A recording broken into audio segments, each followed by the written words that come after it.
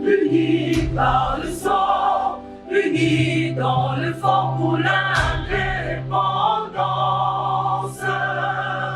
Unis aux hommes, si oubliez-moi, Taïmana, Chinotrene. Bienvenue sur Datacall et félicitations, vous êtes sur la première marche qui mène à la victoire électorale. Gagnez des élections à moindre coût avec Datacall Kit.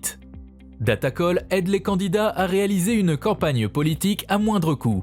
Datacall propose différents outils de campagne comme un call center ou un carnet d'adresses d'électeurs. Cette méthode vous permet de réduire vos coûts jusqu'à 50%. Ainsi, vous pouvez vous placer en pole position et gagner les élections de votre circonscription. Gagnez des élections intelligemment avec Datacall Kit. Pour gagner les élections de votre circonscription, rien de tel que de s'inscrire sur Datacall. Avec Datacall Kit, vous pouvez contacter facilement vos potentiels électeurs afin qu'ils votent pour vous. Commencez à rassembler vos électeurs clés le plus tôt possible afin de devancer vos concurrents et de gagner les élections. Gagnez des élections facilement avec Datacall Kit. Datacall est une solution pour les politiciens en place désirant maintenir leur poste, pour les présidents des partis politiques, pour les indépendants, pour les entrepreneurs ou pour les personnes soumises à la diaspora. En d'autres mots, Datacall est ouvert à toute personne souhaitant s'impliquer pour gagner les élections. Grâce à nos services, vous ne devez plus vous déplacer dans votre circonscription pour remporter des voix. Datacall peut vous fournir le secret de la victoire. Commandez rapidement votre kit. Gagnez des élections propres avec Datacall Kit. Datacall est la solution la plus fiable pour participer aux élections. En effet, grâce à nos outils, nul contentieux électoral possible. En cas de litige après les résultats électoraux, il vous suffit de prouver votre victoire avec votre base de données Datacall. En cas de litige après les résultats électoraux, il vous suffit de prouver votre victoire avec votre base de données Datacall. Souhaitez-vous gagner les prochaines élections ? Alors, réservez sans plus tarder votre kit gagnant d'élection sur datacallkit.com et soyez le prochain élu de votre circonscription. Le nombre de kits est limité, réservez le vôtre maintenant. Le nombre de kits est limité, réservez le vôtre maintenant. www.datacallkit.com www.datacallkit.com. Mesdames, Mesdemoiselles et Messieurs, merci de suivre Critique Info. Un nouveau numéro, nous sommes lundi, nous commençons donc la semaine et nous estimons que nous allons devoir conduire convenablement, nous allons nous conduire convenablement cette semaine afin de pouvoir la réussir. Aussi, le mois de juin est un mois de l'indépendance. C'est vrai qu'on aura un jour spécifiquement pour parler de cela, mais pour l'instant, revenons sur des questions fondamentales. La question fondamentale aujourd'hui, c'est la relation que la RDC entretient avec le Rwanda. Deux voix s'élèvent. Pour certaines personnes, il faudrait arrêter ces relations. D'autres estiment qu'il faut qu'on hausse le ton. Il est vrai que l'opinion congolaise est partagée. D'un côté, il y en a qui veulent qu'on fasse forcément la guerre. Il y en a d'autres qui estiment qu'on peut pousser les négociations beaucoup plus du côté rigide pour que l'on soit ne serait-ce que respecté. Par contre, il y en a d'autres qui estiment que ça ne sert à rien de fermer les frontières, ça ne sert à rien de faire toutes ces choses. Nous devons nous montrer fondamentalement assez sérieux dans ce que l'on veut et qu'on ait une seule voix. Donc, on va dire simplement que depuis tout ce temps, nous n'avons pas encore réussi à construire une seule voix. Pas du tout. Le peuple, pour le peuple, une très bonne partie du peuple estime qu'il faut faire la guerre au Rwanda. Déjà, nous ne sommes même pas d'accord sur la terminologie de la chose en question. Jusqu'aujourd'hui, au moment où je vous parle, la RTNC continue à traiter des M23 des mouvements rebelles.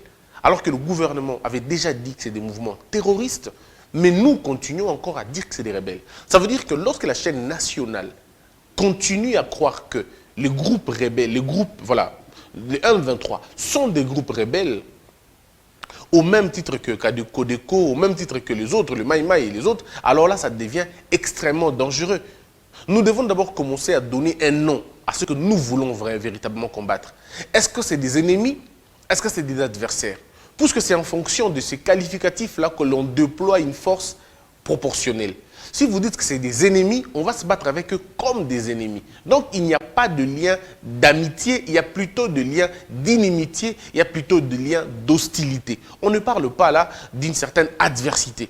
Quand on est adversaire, il y a une certaine loyauté quand on est en train de se battre entre adversaires. Les avocats sont des adversaires. Ils ne sont pas ennemis. Ils sont adversaires. Les politiciens entre eux sont des adversaires, ils ne sont pas d'ennemis. Les groupes rebelles, on va en parler plus tard. Mais ici, il s'agit des ennemis. Alors, une fois qu'on a identifié ces gens comme des ennemis, en ce moment-là, tous les coups sont permis. Mais maintenant, déjà, dans la terminologie, il y a un problème. Et ce qui le dit, ce n'est pas un média en ligne, ce n'est pas YouTube, ce n'est pas une chaîne privée. Non, mais c'est une chaîne nationale où l'on dit que, voilà, le mouvement rebelle. Et on le dit dans un journal. C'est le mouvement rebelle. Mais c'est totalement inimaginable. C'est surréaliste, on ne peut pas imaginer ça comme ça. On ne peut pas imaginer. Et vous pouvez donc comprendre, mais c'est extrêmement grave, que l'on dise que les M23 sont des rebelles quand le gouvernement dit déjà que c'est des terroristes. Et vous sentez, lorsque le gouvernement parle de ce mouvement terroriste, on sent une certaine hésitation. Il n'y a pas un appui. On n'appuie pas forcément là-dessus. Ça veut dire que les autres peuvent comprendre que vous doutez encore sur la qualification de ces choses. Pourtant, c'est des choses qui devraient être dites clairement et de façon, voilà, sans équivoque. Mais malheureusement, là, on est encore en train de dire, bon, c'est des terroristes, bon, c'est encore des rebelles, bon, c'est des... Et puis après, c'est très compliqué. Déjà, au niveau de la terminologie, on a un problème. Et ça montre à suffisance qu'il y a un problème de synergie. Ça montre à suffisance. Excusez-moi de vous le dire assez franchement. J'ai suivi les discours, j'ai suivi le ministre de, on va dire, notre ministre des Affaires étrangères. Je l'ai suivi avec notre confrère Marius à l'étranger. Ouais, excusez-moi de vous le dire, mais c'est pendant 30 minutes, j'ai rien entendu d'aussi important. Non, mais c'est comme si les gens ne mourraient pas au Congo. C'est comme si les gens ne mourraient pas. On est encore à ce stade, on dirait on abattait les arbres. Même quand on abat les arbres, il y a quand même les écologistes qui se lèvent, qui vont dans tout le front. Ici, il s'agit des morts. Il s'agit des Congolais qui ont été tués. Il s'agit d'une affaire qui a duré 25 ans. On dirait qu'on n'a pas la mesure du danger. Je ne comprends pas. Qu'est-ce qui a pris le ministre à aller raconter ce qu'il a raconté? En fait, poliment, je le dis. Hein, quand je dis raconter, ce n'est pas pour manquer du respect. Mais simplement pour dire que, bon, j'ai comme l'impression qu'il a raté sa cible. Absence de fermeté, un problème de lucidité, dans la question, bien évidemment. Je n'ai pas compris, je me dis, mais on parle de quoi? C'est comme si on parlait de, voilà, d'une boutique qui avait été dévalisée. C'est comme si on parlait de, voilà, de quelque chose de très facile. Je n'ai pas senti dans le temps du ministre une fermeté. Alors, si c'est ça la position du gouvernement, excusez-moi de vous le dire, je suis totalement désolé, mais ce n'est vraiment pas de cette façon-là que l'on réussira à faire peur aux autres. On a du mal même à dire clairement que le Rwanda nous agresse. On a du mal à le dire. Vous savez, on peut dire ça rapidement. Oui, le Rwanda nous agresse et puis on passe. Non, ici, il ne s'agit pas de passer, il s'agit de s'affirmer. Il s'agit de s'affirmer. Vous avez vu, j'oublie le nom de ce monsieur, mais... J'oublie le nom de ce monsieur qui est allé aux Nations Unies, je crois devant les Nations Unies, il y avait un conseil. Ce monsieur-là posait aux Rwandais des questions fondamentales. Il aurait dû être ministre, celui-là, si c'est lui qui représentait le pays. Sans embâche, il n'est pas allé à gauche et à droite, il a clairement dit les choses. Mais vous avez un ministre des Affaires étrangères qui joue, ça c'est même pas la diplomatie, mais une certaine... Bon, le terme ne va pas être celui-là, mais je le dépouille de toute sa force négative, hein, le terme que je vais employer, un peu de légèreté. Je le dis encore, je le sors, j'enlève toute la pression négative qu'il y a dans ces termes légèreté, puisque les gens collent le terme légèreté au caractère de l'homme. Ça n'a rien à voir avec l'homme qui a parlé. Je parle aussi de l'institution gouvernement, je parle ici de la structure ministérielle, je ne parle pas de l'homme qui est allé là-bas. Voyez-vous, voilà pourquoi je n'ai pas cité son nom. Je parlais du ministre des Affaires étrangères, que les gens ne confondent pas ces choses. Mais c'est quand même assez compliqué, non? Parce que quand on est ministre des Affaires étrangères, ça veut dire... On est la voix de la diplomatie. On doit, dans ses mots, dans son attitude, dans sa façon de parler, dans sa façon de recevoir des personnes, sentir la fermeté de l'État. Voyez-vous, sans idée de faire la polémique, vous avez vu Mme Bazaïba. Mme Bazaïba, je ne partage pas sa politique environnementale. Pas du tout, en tout cas. Pas du tout. Je pense qu'on est en train de faire un vide sur ce côté-là. Mais sur la question de la fermeté de l'État, Mme Bazaïba n'est pas allée par 4 chemins. Il a fait comprendre tout de suite au gouvernement rwandais, tout de suite, sans équivoque, qu'on n'est pas d'accord, que ça continuait, eh bien, ça allait mal finir. Ça, il a dit. Elle a dit, pardon. Il n'y a pas eu de mots, non, pas du tout. Et même le langage, je crois que cette dame, elle en a dans le ventre. Vous avez vu son caractère. Quand elle reçoit l'ambassadeur du Rwanda, il n'y a pas de rire. Non, il n'y a pas de rire, elle n'est pas genre détendue. Non, non, non, pas du tout. Elle porte un message. Son corps porte un message. Son regard porte un message. Gestuel porte un message. On sent que ici, elle n'est pas d'accord et donc c'est le gouvernement qui n'est pas d'accord.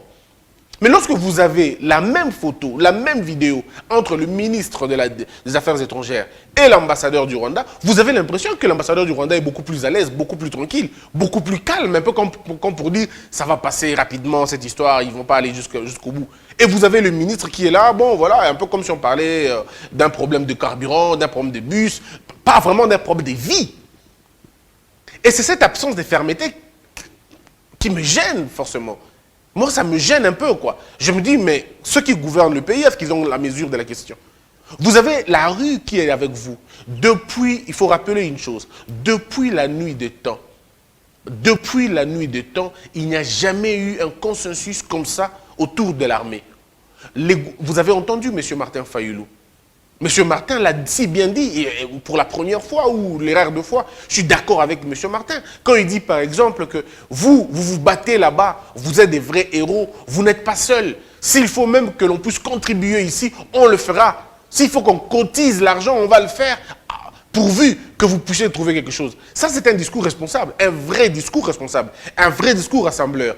Donc, vous allez voir que même pour l'armée, les opposants congolais, certains, parce que jusqu'à là, ensemble n'a rien dit, mais les opposants congolais sont d'accord avec l'armée pour la première fois. Ce qui ne s'est passé pas dans le temps où on ne soutenait vraiment pas, ou timidement, l'armée. Maintenant là, on le fait et c'est formidable. Mais alors dites-moi, quand les opposants sont beaucoup plus rigides que le gouvernement, dans une question de sûreté de l'État, j'ai bien peur de beaucoup de choses. J'ai bien peur de beaucoup de choses. Et c'est ainsi que moi je marque aujourd'hui ma désapprobation totale à l'égard de la RTNC, de ceux qui dirigent la RTNC sur la question, à l'égard du ministère des Affaires étrangères, c'est ma désapprobation totale. J'aurais bien voulu que le ministre des Affaires étrangères, soit il ne parle pas, soit il parle avec fermeté. On ne va pas tourner autour du pot. Et puis un gouvernement qui est agressé ne se justifie pas. Un gouvernement qui est agressé porte une voix. Il ne dit pas non, voilà, non, non. On n'a même pas besoin de retracer l'histoire. L'histoire parle d'elle-même. L'histoire parle de 25 ans d'oppression. L'histoire parle de 25 ans de tentatives d'occupation. L'histoire parle de 25 ans d'infiltration massive et scandaleuse. L'histoire parle de 25 ans de complicité, d'aberration dans l'armée congolaise. C'est ça ce que l'histoire parle. On n'a plus besoin de refaire l'histoire. On n'en a plus besoin. Malheureusement, on est encore en train de traîner les pieds. Et donc, c'est à nous maintenant de décider de comment on va faire les choses. Je vais vous dire, messieurs et dames, il y a dans les relations internationales, si vous voulez, même dans les relations entre pays, les mots ne comptent pas beaucoup. Les mots ne comptent pas. Les propos ne comptent pas. Les paroles ne comptent pas. Ce qui compte, ce sont les actions que vous menez.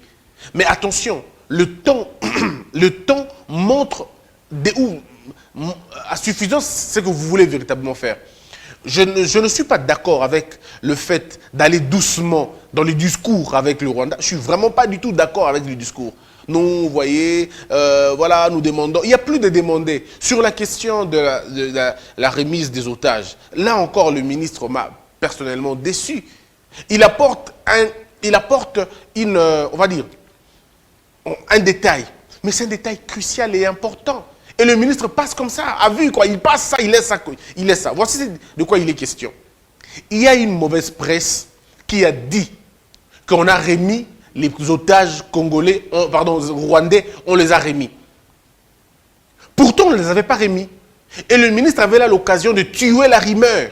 Mais il passe. Ce n'est pas son affaire. En tout cas, on y va, quoi. On y va. On dit non, mais écoute, il dit non, mais nous avons encore ces otages. On va le remettre au président angolais. Non. C'est quoi l'importance de cette réponse dans l'opinion? L'opinion n'a pas besoin d'entendre de messages qui peut le décolérer. L'opinion n'a pas besoin d'entendre de messages ou un discours qui va le démobiliser. Puisque vous devez connaître avec qui vous avez affaire. Vous avez affaire à une population qu'on a abrutie pendant près de 20 ans. Vous avez affaire à une population que l'on a enlevé la faculté de réfléchir convenablement. Nous réfléchissons par émotion ou par procuration. À un peuple comme ça, ne donnez pas tout le message. à un peuple comme ça, ne donnez pas toutes les informations, puisqu'il aura du mal à faire le tri. Si ce peuple arrive à faire, si ce peuple a du mal à faire le tri des informations, vous laissez ce peuple, en tout cas, à la merci de toute aventure et de toute la main-d'œuvre facile. Elle devient une main-d'œuvre facile, elle va consommer n'importe quoi. Le ministre des Affaires étrangères aurait pu s'arrêter à dire simplement que nous n'avons pas encore livré les otages rwandais. Point. Pas besoin de dire on va donner ça à Lorenzo. Parce que quand vous dites on va donner ça à Lorenzo, les manipulateurs, quand ils écoutent ça, ils prennent juste cette phrase et ils vont dire aux gens Omoni, donc Lorenzo, et ça peut aller dans tous les sens. Vous avez besoin d'une opinion derrière vous. Et cette opinion, malheureusement, cette opinion n'a pas été formée. Elle a été déformée. Et comme elle a été déformée, vous avez un déficit communicationnel. Déjà, vous, le gouvernement actuel, vous avez un déficit communicationnel. Vous ne tenez pas longtemps devant les rumeurs. Vous n'arrivez pas à avoir des armes qui, finalement, démontent et démantèlent les rumeurs. Donc, ça veut dire que lorsque vous faites des erreurs de propos, ou lorsque vous faites des lapsus et que vous ne corrigez pas avec fermeté, vos adversaires prennent ces faiblesses-là et ils en font comme des éléments de, voilà, d'attaque et vous perdez dans l'opinion. Je ne vois pas l'importance de dire aux gens qu'on va donner à Lorenzo. Non. Vous aurez pu garder ça secret pour vous. On sait que vous allez donner à Lorenzo, mais la population n'en avait pas besoin. La population avait besoin de savoir que vous avez arrêté les otages rwandais, vous les avez encore. Ça rassure la population. Mais ce qui démobilise la population, c'est de savoir que vous allez rendre ces otages sans rien en retour. Puisque l'exemple que vous donnez après, monsieur le ministre, avec tout le respect que je vous dois, l'exemple que vous donnez après en disant, par exemple, nous voulons montrer à la face du monde que nous n'avons pas un problème, nous voulons montrer, c'est une preuve que nous... Non, nous n'avons pas besoin de preuves aujourd'hui. La preuve, elle est là. La preuve commence depuis 1997. La preuve, on l'a vu en 2001.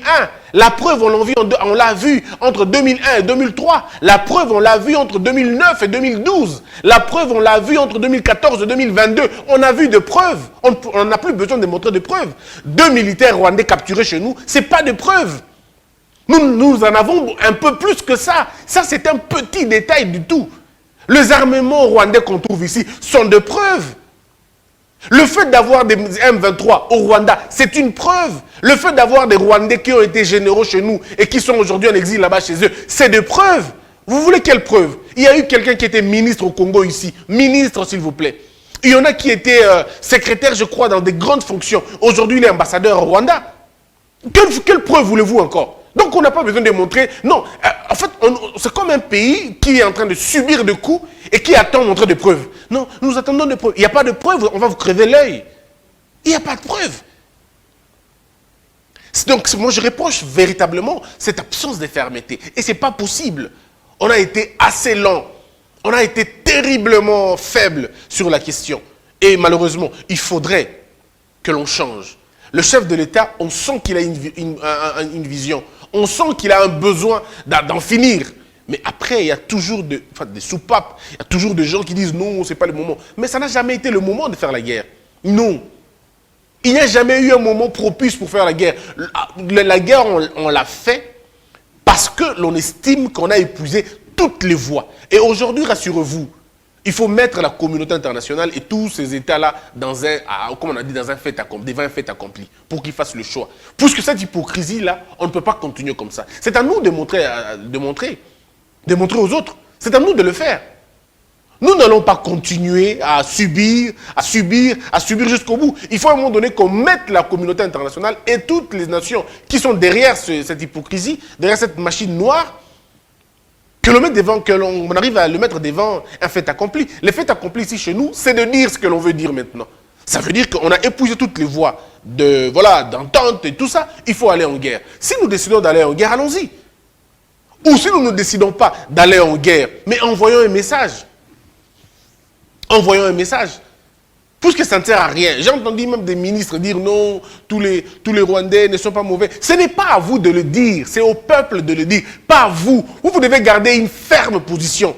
C'est à vous la position de garder. Je ne comprends pas. Non, ce n'est pas à vous de faire le procès maintenant. Non, ce n'est pas tous. Il faut aller doucement. Ça, ce n'est pas un langage qui convient. Vous avez entendu vous-même le professeur Toumbaloaba le dire. Mais qu'est-ce que le professeur Toumbaloaba n'a pas dit sur notre plateau avec notre vaillant journaliste Dan? sur l'émission Face à Face. Mais il a dit clairement. Il arrive dans un coin à Goma, non, pardon, à l'est de la République. Il doit étudier l'affaire des groupes armés. Il doit étudier la question des groupes armés. Et il arrive là-bas, on lui dit, non, on ne peut pas te laisser entrer comme ça, il faut que tu appelles Kinshasa. Alors il est totalement déboussolé. Le professeur, il dit, c'est pas possible. Pour contrôler les groupes armés, je dois parler au Congo. Il dit, oui, c'est au Congo. Oh, je crois que le professeur s'attendait à parler, par exemple, à un émissaire burundais ou à un truc rwandais. Il dit, non, il faut parler au Congo. Et il appelle la personne. Vous savez qui la personne est? C'est un ministre en fonction, s'il vous plaît. Dites-moi si ça peut s'imaginer. Dites-moi si ça peut se concevoir. Et vous nous dites, nous, on a besoin de montrer des preuves. Mais quelles preuves? Vous avez des militaires, des civils, des politiciens, des députés, de tout le... C'est-à-dire, à niveau nyos, des gens qui sont derrière Babilo Komodel Wana. Et vous cherchez des preuves aujourd'hui? Entre-temps, les gens sont en train de mourir. Non, le gouvernement a manqué beaucoup de fermeté et c'est pas possible. Et encore une fois, comme je l'ai dit tout à l'heure, la RTNC, comment on peut parler, comment on peut encore jusqu'à aujourd'hui, à ce stade, dire que le M23 est un groupe rebelle? Comment on arrive à dire ça? Comment vous dites que le M23 est un groupe rebelle? Le M23 n'est pas un groupe rebelle, le M23 est un groupe terroriste. Une fois que l'on a identifié ce terme-là, on va maintenant mettre ça en machine. On va travailler ça. On va travailler dans l'opinion pour présenter cela. Les pays, il y en a qui se sont construits dans la victimisation. Vous avez le Rwanda qui a construit toute sa politique dans la victimisation, au point d'avoir tout le pays du monde derrière lui.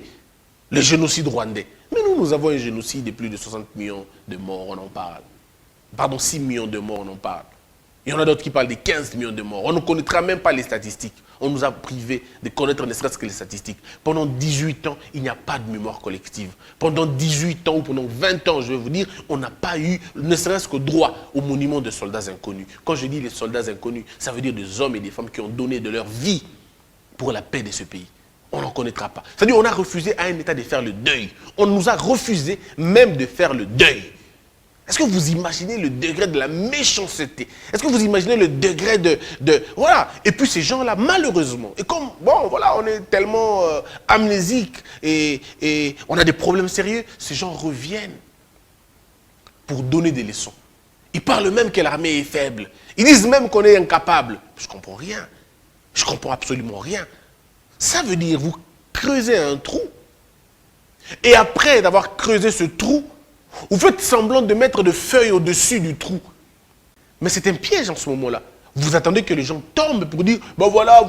Mais alors que c'est vous qui avez finalement créé ces conditions. Toute cette situation a été créée par des gens. Ben, on ne va pas faire le procès du passé, même s'il faut quand même le faire à un moment donné. Mais il est temps maintenant qu'on se mette ensemble pour qu'on se dise, voilà comment on veut aller. Regardez la communication du gouvernement. Regardez la manière dont le gouvernement se comporte sur la question de l'Est. Vous allez croire avec moi que la population elle est beaucoup plus voilà, en vitesse que la population, que le gouvernement. Pourquoi? Personne ne le dira le plus. Donc il est temps. Alors c'est vrai que maintenant, proposons, qu'est-ce qu'il faut faire maintenant pour l'instant? Parce que moi je te conseille, si le président de la République peut nous écouter, Monsieur le Président, confier la tâche de parler du pays dans cette question-là à Mme Bazaïba. Parce qu'elle est du gouvernement. C'est la seule que je trouve assez, on va dire, qui en a dans le ventre. Elle est la seule. J'ai comme l'impression que tous les hommes qui sont dans le gouvernement ont peur d'en parler. Ils ont peur, je ne sais pas de quoi. Alors comme il y a une dame qui est là, qui elle n'a pas peur, bon, donnez-la la possibilité d'en parler. Si le ministre des Affaires étrangères ne change pas sa communication sur la question, s'il vous plaît, Monsieur le Président, demandez au ministre des Affaires étrangères de ne plus en parler. De ne plus en parler, puisqu'il n'y a pas de fermeté, il n'y a pas de... Voilà, on ne sent pas le ton là, on se dit, mais on est où, dans quoi on est? Et je crois qu'il faut continuer à maintenir de la pression là-dessus.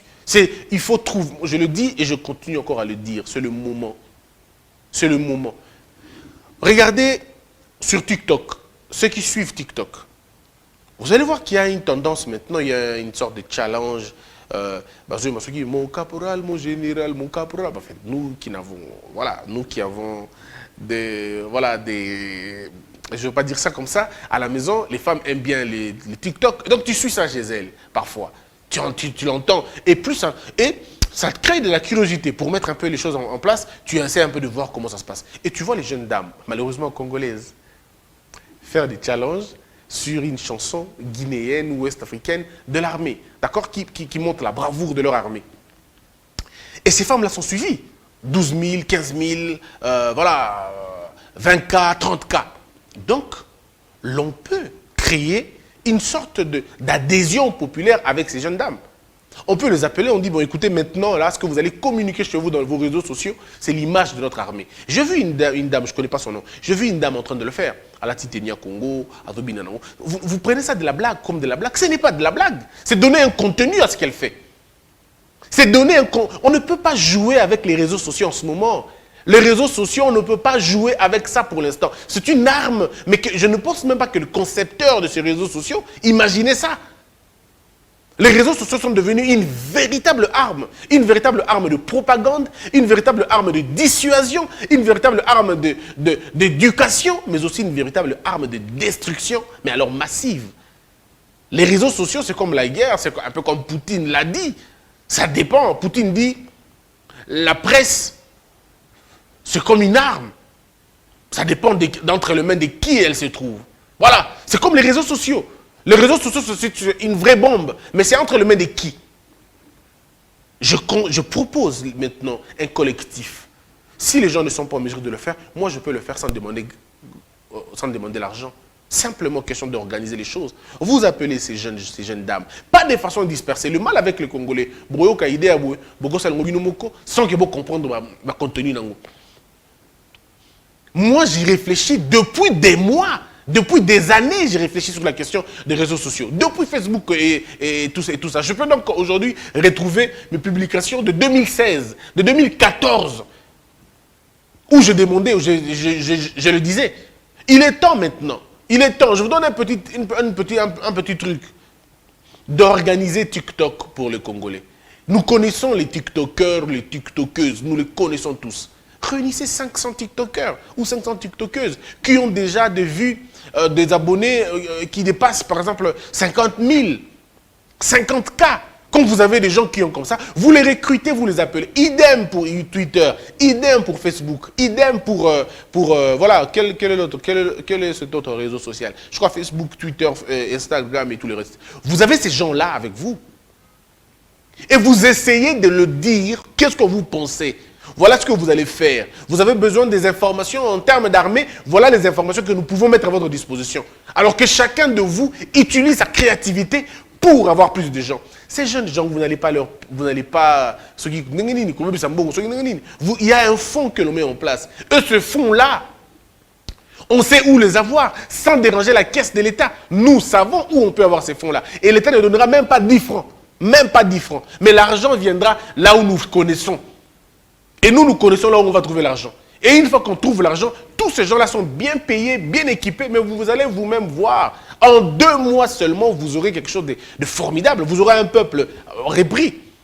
On utilise les leaders d'opinion. On utilise des journalistes qui ont pignon sur rue. Aujourd'hui, vous avez... C'est un symbole. Imaginons-nous une seule scène. Que tout le monde qui est journaliste nyonso au Congo balati tenue militaire na biso. Ba journaliste nyonso. O ba sala ka émission na bango balati tenue militaire na bango. Ou bien ba indice militaire na ba plateau na bango. Est-ce que vous savez l'image qui se renvoie aux gens? Toutes les émissions, à toute tendance. Et dans la émission, la chaîne d'opposition. Et dans la chaîne à pouvoir. Et dans la chaîne centriste. Dans un élan patriotique, on le fait. Est-ce que vous imaginez qu'un journal où il va publier, que ce journal porte le drapeau effigie et FRDC? Dans ce journal, l'aura potentiel, phare, soft, tout ça. Parce que l'image est armée, dans la page. Mais vous conduisez ça comme ça. Mais ce que vous ne savez pas, ça va faire un boom. Vous avez des émissions de grandes audiences. Kiosque, Bossolo, la politique. Avec Jean-Marie Kassamba, Club 50 et tout le reste. Il y en a beaucoup, hein, je ne citerai pas tous. Et Raymond Ebele. Toutes ces émissions-là. Vous discutez avec eux, non, on est sur les prouesses de l'armée. Refaire l'histoire. Entre-temps, la RTNC ne fait que vous envoyer les anciennes images d'Yakala. Il y a un triomphe de Yakala. La vidéo de Mike Yakala. Kopanza Yango. La vidéo armée de gagné. J'ai vu la vidéo de Mamandundala. Qu'est-ce que j'étais content. Mamandundala qui recrée des conditions. Mais c'est comme ça que l'on peut battre une guerre. Elle est d'abord psychologique. Et c'est d'abord ici une question de neurones. Il ne faudrait pas qu'on ait un gouvernement qui fragilise l'élan. Il ne faut pas qu'on ait un gouvernement qui, tâtonne encore sur deux mots. Il ne faut pas qu'il y ait un gouvernement qui va ralentir ou atténuer ce que l'élan populaire dit. L'élan populaire est une énergie qu'il faut s'en servir. Il faut trouver l'élan possible. Puisque que vous le vouliez ou pas, en 2023, un des thèmes importants de la propagande, ça va être la question de la guerre à l'est de la République. Ce sera ça la question. Ça sera ça maintenant la question. Maintenant, nous devons avoir des stratèges. Des stratèges, des spécialistes en diplomatie. Vous avez des gens, il y en a plein dans le pays. Mais utilisez-les. Tout ce qu'ils vont faire, c'est quoi dans la chaîne, dans la TV Nabiso? Dire la fin du Rwanda. Mais c'est tout simplement ça. Non, avec des preuves. Non, ça c'est la fin du Rwanda. Voici ici, le Rwanda est en train de réfléchir. C'est comme ça que l'on arrive à démonter des structures mentales déjà orchestrées dans le passé. C'est comme ça qu'on arrive à déconstruire une force. Pour déconstruire la force japonaise, la Chine n'avait pas assez d'armes pour ça. La Chine a commencé à déconstruire dans la mentalité chinoise que les Japonais n'étaient pas des dieux. C'était des hommes faillibles. On a commencé par parler d'abord de leur taille. Ils sont courts. Et c'est des langages comme ça. Ils sont courts, ils sont comme ça, ils ne peuvent pas. D'ailleurs, qu'est-ce qu'ils peuvent sur nous? Voilà. Ils sont un petit pays, nous on est grands. On a commencé à parler. Mais le Japon, la Chine a repris la main à cause de ça. La Chine n'est pas allée dire au Japon, non. Ils ont commencé à déconstruire la mentalité d'abord. Parce que le problème était dans la mentalité chinoise. Ils se prenaient pour des petits et que le Japonais était grand. Ils ont dit aux Chinois, vous n'êtes pas petits, vous êtes autant grands qu'eux. Vous n'avez pas à avoir peur. Ça veut dire que lorsque les Japonais parlaient, le Chinois se taisait. Mais à un moment donné, le Japonais parle, le Chinois ne se tait plus. Le Japonais crie, le Chinois crie aussi. Oh, les Japonais commencent à reculer. Et ils se sont même dit, nous ne continuons pas cette lutte parce qu'ils sont plus nombreux que nous. Si nous continuons, ils risquent de rentrer chez nous. Ça s'est arrêté comme ça. Pour un peu d'histoire, messieurs et dames, la Corée du Nord et même Corée du Sud, tous ces pays-là étaient considérés, principalement Corée du Sud, on les appelait comment on appelle ça? Des lièvres, non, des lapins. On les appelait des lapins par les Anglais, par les Chinois et par toute la région d'ailleurs. On disait que c'était des peureux, c'était des hommes qui fuyaient à tout moment, ils n'avaient rien. Et les Coréens ont cru en cette bêtise. Ils ont cru qu'ils étaient longtemps des lapins. Qu'est-ce que le lapin a? Dans la chaîne alimentaire, le lapin mange quoi? Que les herbes. Le lapin n'est pas les prédateurs de notre animal. Le lapin, c'est lui la proie. Alors quand vous avez déjà l'image que vous êtes une proie, donc vous êtes sans défense. Mais comment on a fait pour déconstruire ça? Un groupe de Coréens qui était sorti de la Corée, qui est allé étudier en Chine, il y en a qui sont partis aux États-Unis, il y en a d'autres qui sont partis en Angleterre, il y en a d'autres qui sont partis au Canada, il y en a d'autres qui sont partis un peu partout à travers le monde. Quelque temps après, quand ils rentrent, ils commencent à changer d'abord la donne. Ils disent, on n'est pas de lapin, on n'est pas de lapin, on n'est pas de lapin. Bon, si on n'est pas de lapin, on est qui? Ils réfléchissent, ils disent, nous sommes les tigres. Et ils sont devenus des tigres. Personne ne peut les avoir aujourd'hui. Ils sont devenus des tigres, producteurs de ceci, producteurs de cela. La technologie, c'est eux. Aucun foyer dans le monde ne manque une marque coréenne. Aucun foyer. Aucun. Vous utilisez, vous tous, dans vos téléphones, vous avez les marques coréennes. Dans la téléphonie, vous avez les marques coréennes. Dans le monde du plastique, vous avez des marques coréennes. Même dans les voitures, vous avez des marques coréennes. Mais ça, les lapins ne font pas ça. C'est des tigres qui font ça. Mais vous, ici, qu'est-ce que l'on ne vous a pas dit? Tutsi Power à gauche, le Rwanda suprématie à droite, et ainsi de suite à gauche. C'est des choses qu'il faut commencer par déconstruire. Et vous appelez des historiens, vous appelez des experts en langage, vous appelez des géographes, vous appelez toute la catégorie, la crème intellectuelle, pour organiser un débat autour de la déconstruction de la fiction et de la mythologie rwandaise, pour créer votre propre mythologie à vous. Si vous n'arrivez pas à le faire, eh bien vous n'existez pas en tant que peuple. C'est mon point de vue. qui n'est pas de l'évangile d'ailleurs, mais je continue à le dire, je marque ma désapprobation avec la communication du gouvernement, ma désapprobation avec le propos du ministre des Affaires étrangères. À mon avis, c'était un raté et j'exhorte le ministre à un peu de fermeté. Le beau du langage, c'est important, il faut voir comment quelqu'un parle. Il faut qu'on sente la fermeté dans votre langage. Que la peur quitte nos esprits et que Dieu bénisse l'air d'ici. Hello. Lobi na biba ila biloko olia. Ba ina aka biloko ya États-Unis. Oni ko koma bona jeunesse. Mwana États-Unis. Tata yo kikolela na bino. Atindeli bino. Mama Samira. Ndenge ozalaka na États-Unis okolia lokola mutu aza na mombele. Lokola mutu aza na ngaba. Merci mon fils. Wow. C'est mon goût. Bana États-Unis. Kolia bio ekomi lolingi na bino. Pona kozwa mbisi ya kokauka tope mafuta ya mbila Chez Mama Samira. ata ozali na posa ya mbinzo ndakala mayebo safu ezali pe bitoyo chez Mama Samira manso mazali eloko moko te yo koluka okomona te Na ndenga mabete, pona kozwa biloko ya détail. Yoka numéro 938 avenue Maurice na New York. adresse il y a entrepôt 12 40 avenue Randol dans les banques tala yoko banda koteka mbisi ya kokauka mongusu mafuta ya mbila ekokoma lokola bazoka na yo. Yeah yo, kombone Mama Samira, makiambae. Debout Congolais, unis par le sang, unis dans le fort pour l'indépendance. Unis aux hommes, si obinois, Daimana, Shido, Tweneleye, Nakinyamana, Piko, Namosala, Totongambo, Kakuleka, Kito.